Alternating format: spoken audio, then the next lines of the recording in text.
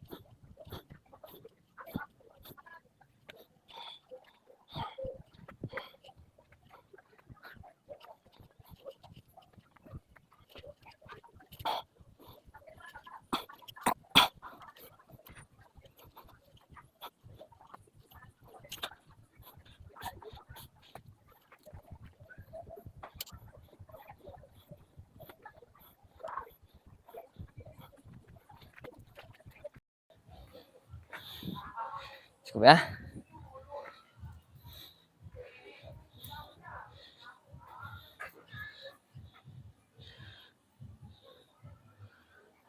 Oke, baik. Alhamdulillah aku udah selesai workout. Ingat, lihat, ingat. Sengaja aku biarkan. Enggak sih. Oke, baik. Kali ini saya akan membaca buku. Oke, setelah workout kita harus pastikan bahwa aku akan baca buku. Oke, aku akan baca buku. Buku yang akan aku baca kali ini berjudul tentang The Psychology of Money. Nah, di sini buku itu terdapat 20 bab. Nih, bisa kalian cek buktinya. Nah, jadi aku akan menyelesaikan dalam satu hari sebanyak satu bab. Nah, jadi kalau satu hari satu bab berarti 20 bab itu selama 20 hari ke depan. Oke. Dimanapun setiap hari tanpa jeda aku akan baca buku ini. So, tanpa banyak lagi penjelasan, buku ini sangat aku rekomendasikan buat anak-anak remaja dari umur 18 tahun sampai 25. Dan aku membaca buku ini menggunakan teknik membaca nyaring. Nah, di mana aku bukan asal-asalan membaca, aku juga melihat dari sumber jurnal bahwasannya metode dan teknik membaca nyaring juga sangat efektif dan efisien dalam memunculkan minat membaca buku. Oke, langsung saja let's reading and learning. Mau warep bidu. Bab 1. Oke, bab 1 ya guys ya. Bab 1. Tak seorang pun gila judulnya. Tak seorang pun gila. Pertunjukan terbesar di bumi. Ini pengantar, kata pengantar.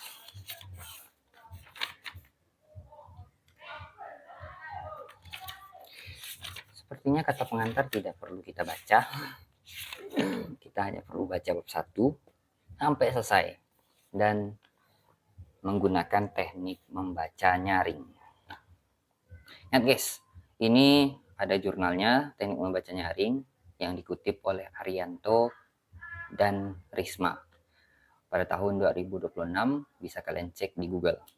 Itu ada jurnalnya guys, jangan asal bicara juga tentang teknik ini. Oke.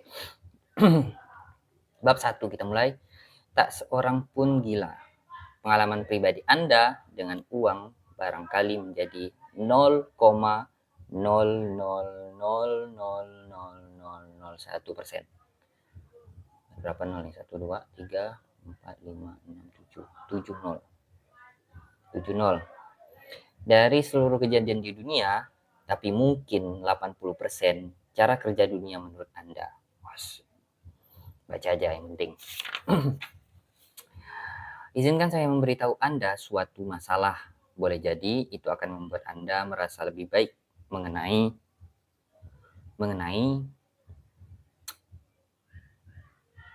apa yang Anda lakukan dengan uang Anda. Dan kurang menghakimi apa yang orang lain lakukan dengan uang Anda. Orang melakukan beberapa hal gila dengan uang. Namun tak seorang pun gila. Begini, orang dari berbagai generasi dibesarkan berbagai orang tua dengan berbagai pendapatan dan menganut berbagai nilai di berbagai bagian dunia. Nah, lahir di berbagai ekonomi, mengalami berbagai pasar tenaga kerja dengan berbagai intensif dan berbagai nasib, mendapat berbagai pelajaran.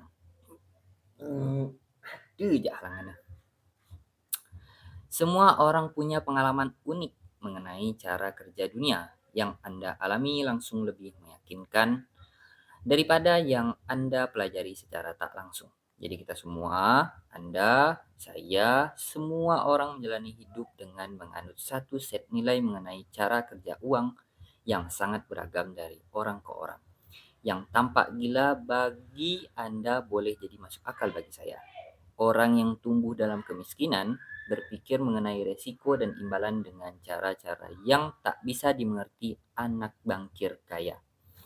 Orang yang tumbuh ketika inflasi tinggi mengalami sesuatu yang tak pernah dialami orang yang tumbuh ketika harga stabil. Pialang saham yang kehilangan segalanya selama depresi besar mengalami sesuatu yang tak bisa dibandingkan pekerja teknologi yang menikmati kejayaan akhir 1990-an. Orang Australia yang belum pernah mengalami resesi. Resesi dalam 30 tahun telah mengalami sesuatu yang belum pernah dirasakan orang Amerika. Dan seterusnya, daftar pengalamannya tak berujung. Anda tahu hal-hal mengenai uang yang saya tak ketahui. Begitu juga sebaliknya, Anda menjalani hidup dengan berbagai kepercayaan, tujuan, dan perakiraan yang berbeda dengan saya. Itu bukan karena salah satu di antara kita lebih cerdas daripada yang lain atau punya informasi lebih bagus. Itu karena kita menjalani hidup yang berbeda, dibentuk pengalaman yang berbeda, tapi sama meyakinkannya. Pengalaman pribadi Anda dengan uang barangkali menjadi 0,00001% dari seluruh kejadian dunia. Tapi mungkin 80% cara kerja dunia itu menurut Anda.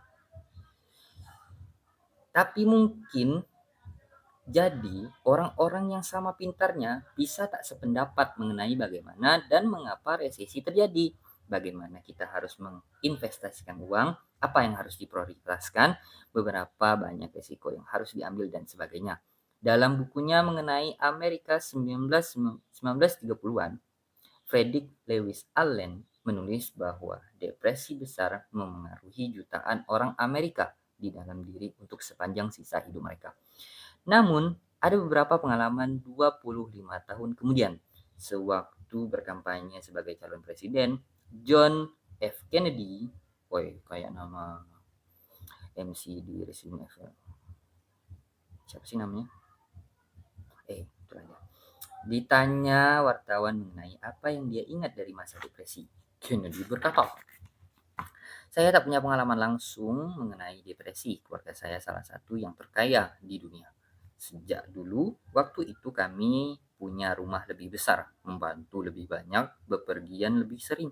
Satu-satunya yang saya lihat langsung adalah ketika ayah saya mempekerjakan lebih banyak tukang kebun supaya mereka punya uang untuk makan.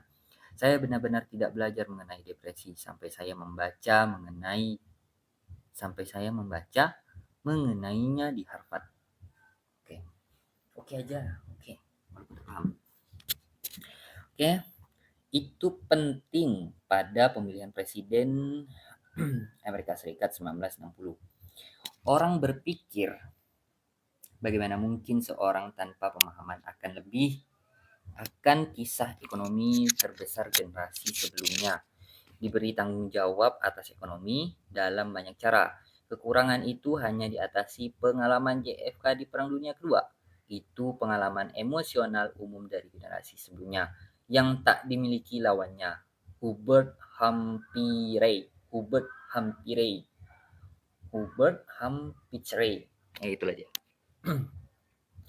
Tantangannya bagi kita adalah bahwa belajar atau seterbuka apapun pikiran tidak bisa benar-benar menciptakan kembali kekuatan, ketakutan, dan ketidakpastian. Saya bisa membaca bagaimana rasanya kehilangan segalanya selama depresi besar. Namun saya tak punya bekas luka emosional orang-orang yang benar-benar mengalaminya dan orang yang menjalaninya. Tidak bisa mengerti mengapa orang seperti saya dapat berbuat serampangan dalam hal-hal seperti memiliki saham. Kita melihat dunia melalui lensa yang berbeda-beda, program spreadsheet bisa membuat model frekuensi sejarah kejatuhan besar pasar saham. Namun, program itu tak bisa membuat model perasaan orang yang pulang memandang anak-anaknya dan betapanya apakah dia sudah membuat kesalahan yang akan memengaruhi hidup mereka. Belajar sejarah membuat Anda merasa seolah mengerti sesuatu. Namun, sampai Anda menjalaninya dan merasakan konsekuensinya secara pribadi. Boleh jadi Anda tak cukup memahaminya sampai mengubah perilaku. Kita semua berpikir kita tahu cara kerja dunia, namun kita semua hanya mengalami sebagian kecilnya. Investor Mikhail Batnik berkata, beberapa pelajaran harus dialami sebelum bisa dimengerti. Kita semua korban kebenaran itu dalam berbagai cara. Pada 2006, ahli ekonomi Ulrike Malmendier dan Stefan Nagel dari National Bureau of Economic Research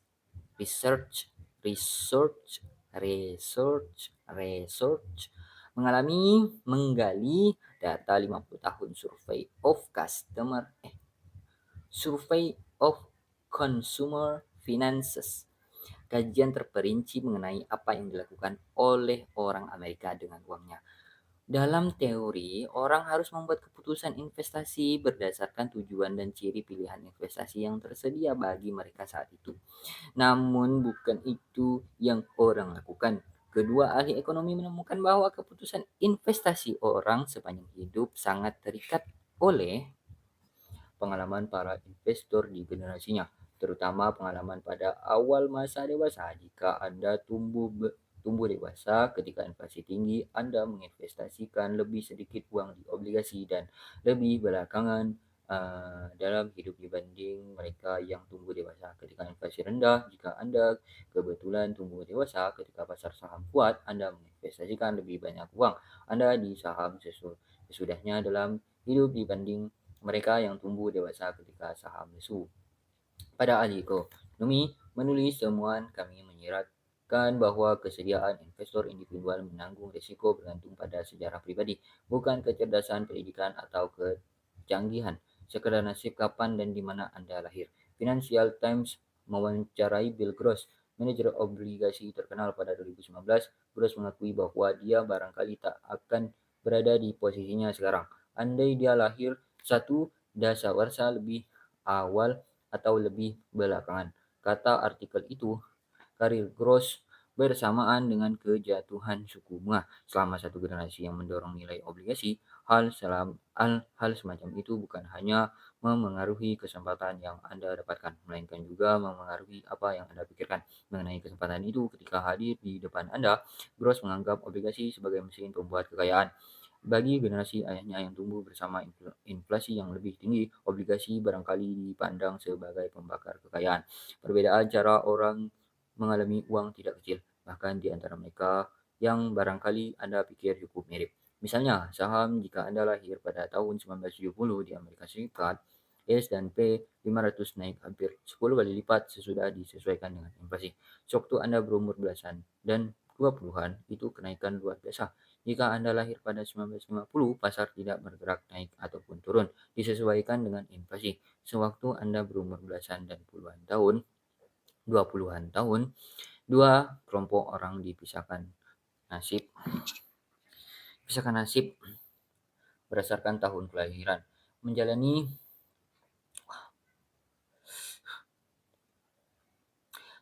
hidup dengan pandangan yang sangat berbeda mengenai cara kerja pasar saham. Apa yang dilakukan saham ketika Anda berumur belasan dan 20 tahun? Wah, ini ada diagram guys. Ini ada diagram atau inflasi. Jika Anda lahir di Amerika pada 1960-an, inflasi sewaktu Anda berumur belasan dan 20-an tahun ketika Anda mudah terkesan sambil mengembangkan dasar pengetahuan mengenai cara kerja ekonomi mendorong harga naik sampai di atas 3 kali lipat. Itu banyak. Anda ingat orang antri beli bensin dan gaji tidak bernilai sebesar sebelumnya. Namun jika Anda lahir pada tahun 1950-an, gelap. Jangan gelap. Jangan gelap. yang gelap. Gelap. Oke.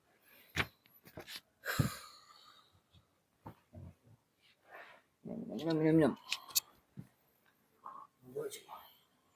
Haus.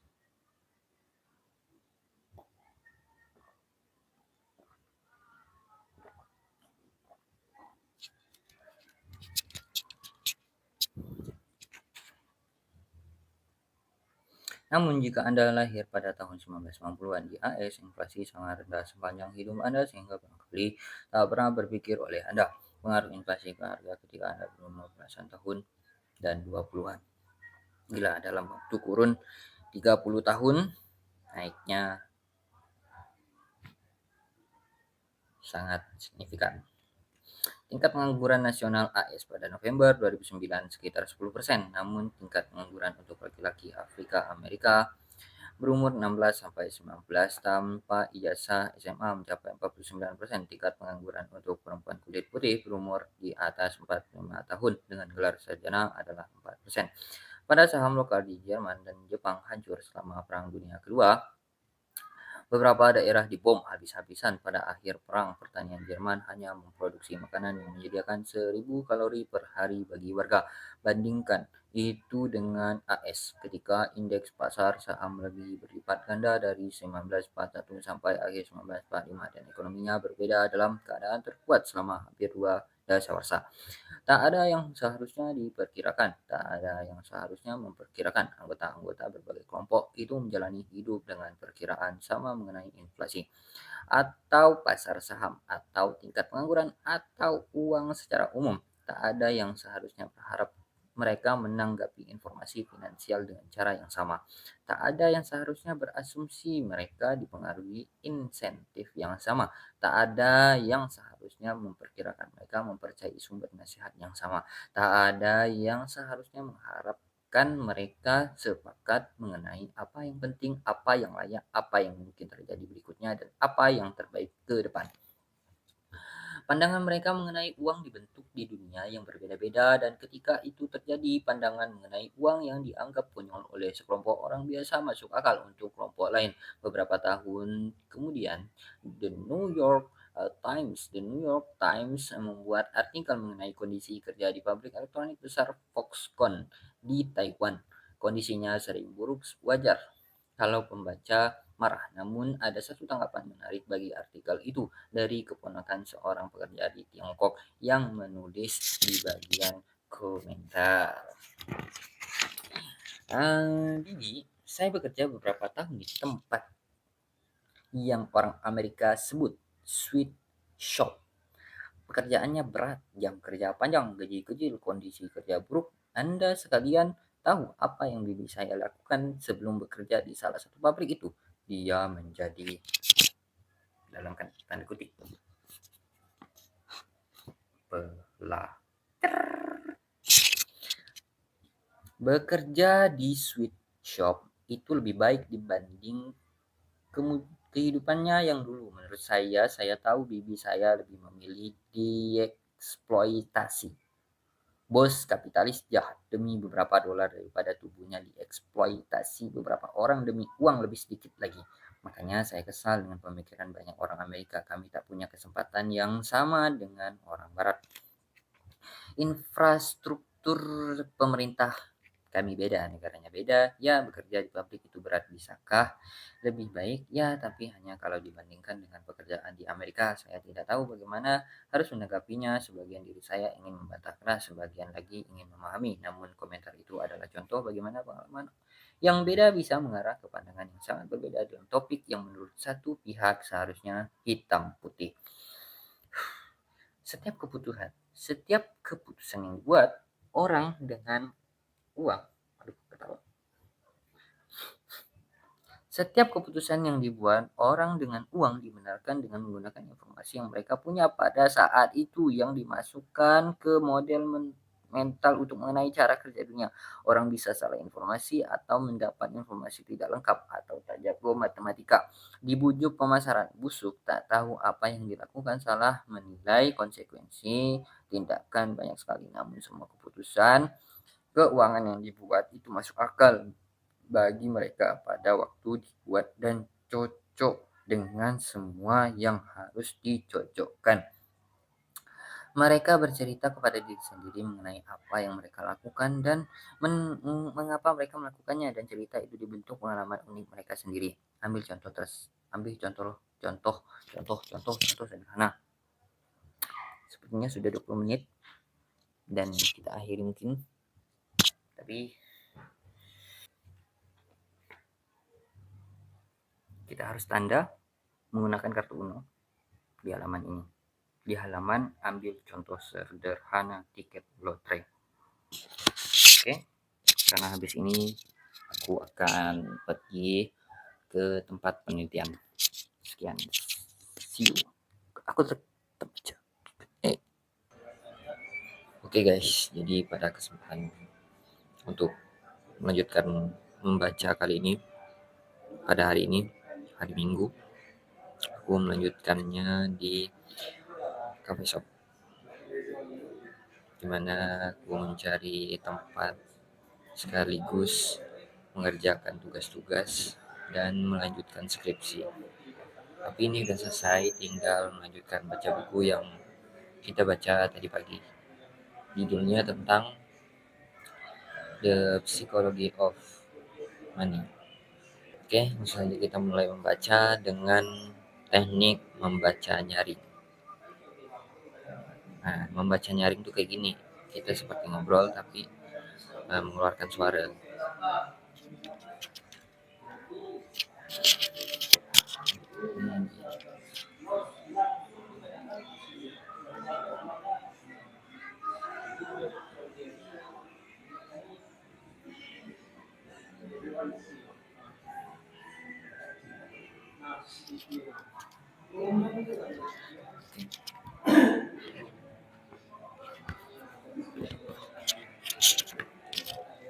Kita lanjutkan.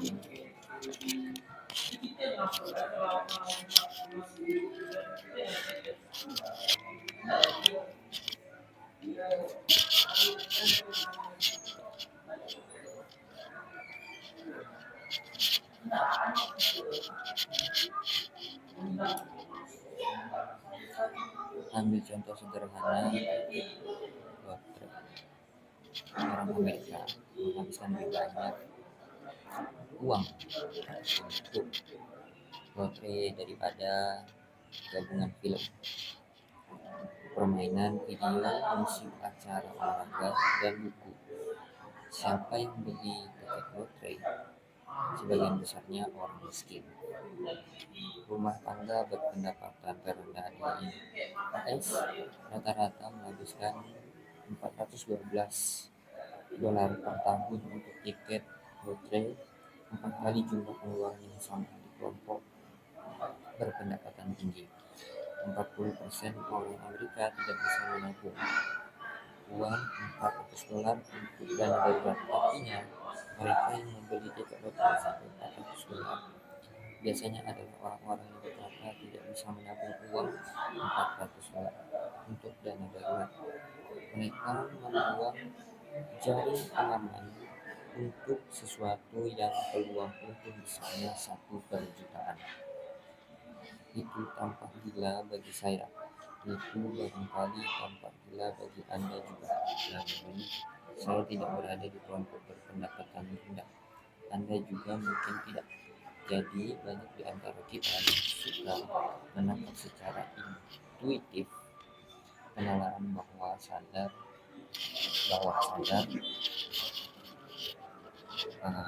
para pembeli tiket lotre berpendapatan rendah.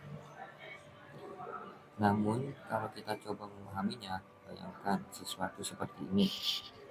Kami hidup dari gajian ke gajian dan tidak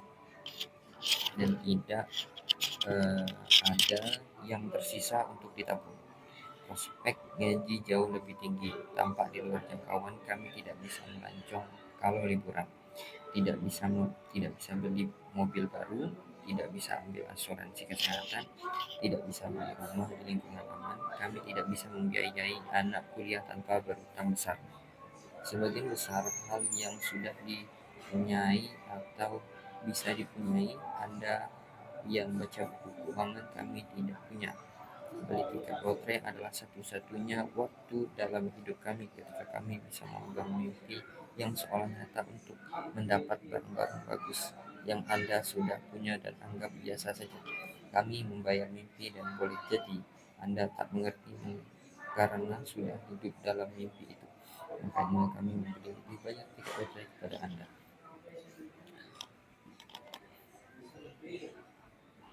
Anda tak harus setuju dengan penalaran itu. Membeli tiket lotre ketika bangkrut itu masih gagasan buruk.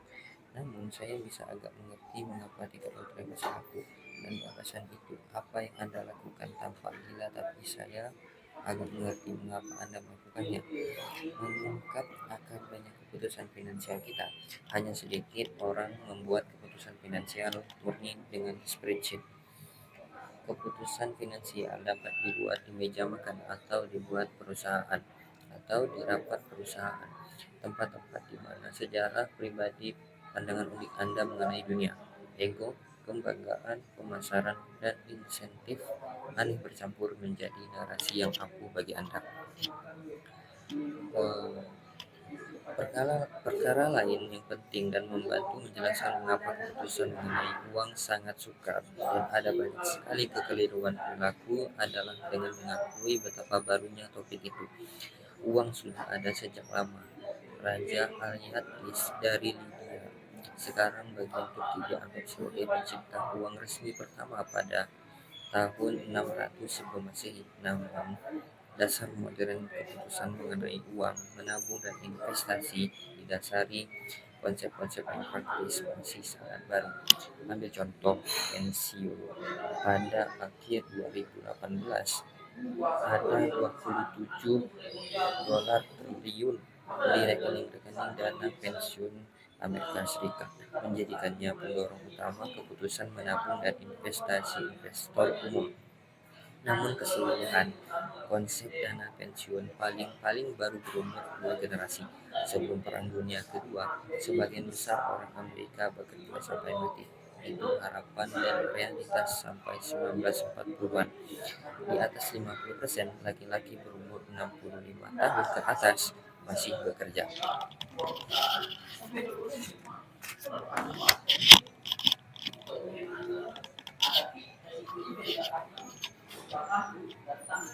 Social Security bertujuan mengubah keadaan itu, namun tunjangan yang pertama kali diberikannya tidak ada miripnya dengan dana pensiun songan.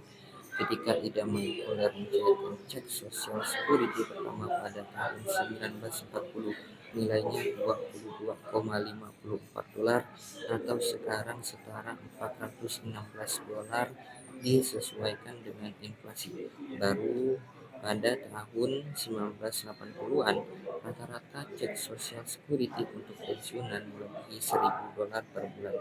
Disesuaikan dengan inflasi, lebih dari seperempat orang Amerika di atas umur 65 digolongkan sebagai miskin oleh sensus Bureau sampai akhir 1960-an. Ada kepercayaan yang tersebar luas perihal semua orang mempunyai dana pensiun swasta, namun itu dilebih-lebihkan. Employee Benefit Research Institute menjelaskan hanya seperempat dari semua orang berumur 65 tahun atau lebih yang punya pendapatan pensiun pada tahun 1975. Di antara minoritas yang beruntung itu, hanya 15% pendapat rumah tangga berasal dari dana pensiun. The New York Times menulis pada 1955 mengenai keinginan yang makin besar tapi ketidakmampuan yang berlanjut untuk pensiun. Mengulangi satu perkataan lama, semua orang berbicara mengenai pensiun, tapi rupanya sedikit sekali yang melakukan sesuatu mengenainya. Barulah pada tahun 1980-an marak gagasan bahwa semua orang berhak dan seharusnya mendapat masa pensiun yang nyaman, dan cara mendapat masa pensiun yang nyaman itu adalah harapan bahwa semua orang akan menabung dan menginvestasikan uang sendiri. Saya akan ulang menyatakan bahwa Betapa barunya gagasan itu. 401 sarjana tabungan pensiun utama Amerika baru ada pada tahun 1978. Roth IRA baru ada pada tahun 1998. Kalau disamakan dengan orang, maka dia belum boleh minum minuman beralkohol. Seharusnya tak ada yang kaget kalau banyak di antara kita yang payah dalam menabung dan berinvestasi untuk masa pensiun. Kita tidak gila, kita semua hanya masih baru. Begitu juga dengan kuliah, jumlah orang Amerika berumur di atas 25 dengan gelar sarjana naik dari di bawah 1/20 pada 1940 menjadi 1/4 pada 2015. Biaya kuliah rata-rata pada periode itu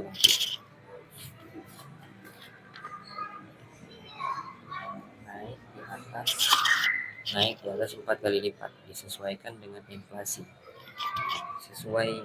Sesuatu yang begitu besar dan begitu penting menerpa masyarakat begitu cepat, dan itu menjelaskan mengapa misalnya banyak sekali orang membuat keputusan buruk dengan pinjaman uang kuliah mahasiswa dalam 20 tahun terakhir. Belum ada akumulasi pengalaman selama puluhan tahun yang bisa dipelajari. Kita belajar sambil berjalan, kita belajar sambil jalan. Begitu juga dengan dana indeks yang umurnya belum sampai 50 tahun dan dana lindung nilai yang baru mulai dalam 25 tahun belakangan. Bahkan penggunaan utang konsumen secara luas, KPR, kartu kredit mobil belum mulai sampai sesudah Perang Dunia Kedua, ketika GI Bill mempermudah jutaan orang Amerika meminjam uang. Anjing dijinakkan 10.000 tahun lalu dan masih mempertahankan beberapa perilaku leluhur liarnya.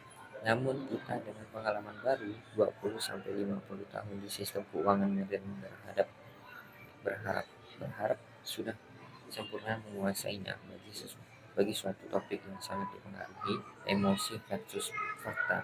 Itu masalah. Itu juga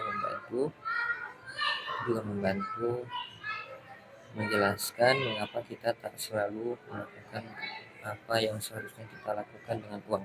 Kita semua melakukan hal gila dengan uang karena kita semua relatif baru dalam permainan, dan apa yang tampak gila bagi Anda boleh jadi masuk akal bagi saya. Namun tidak ada yang gila, kita semua membuat keputusan berdasarkan pengalaman unik masing-masing yang tampak masuk akal bagi kita pada saat tertentu. Mari kita simak cerita mengenai bagaimana Bill Gates menjadi kaya. Sudah selesai. Sampai di sini kita menemukan yang namanya jadi ini dua akan jadi tanda. Ini udah masuk bab 2. Di sini kita sudah selesai.